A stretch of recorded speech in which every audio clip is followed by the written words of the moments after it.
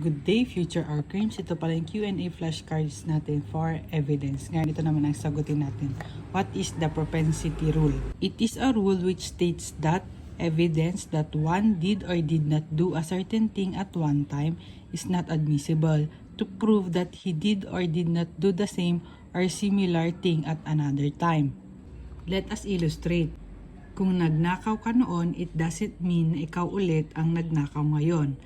However, yung previous act na yon ay pwedeng gamitin to prove the following: specific intent, knowledge, identity, plan, system, scheme, custom, habit, usage, and the like.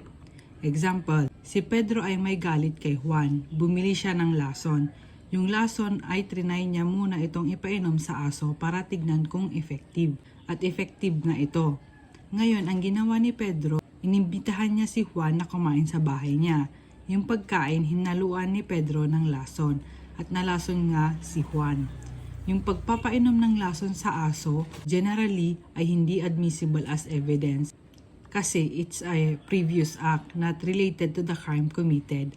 However, such act can be used to prove a specific knowledge. Dito yung act ni Pedro na pinainom muna sa aso yung lason ay pwedeng gamitin as evidence to prove na may knowledge si Pedro na lason yun at nakakamatay.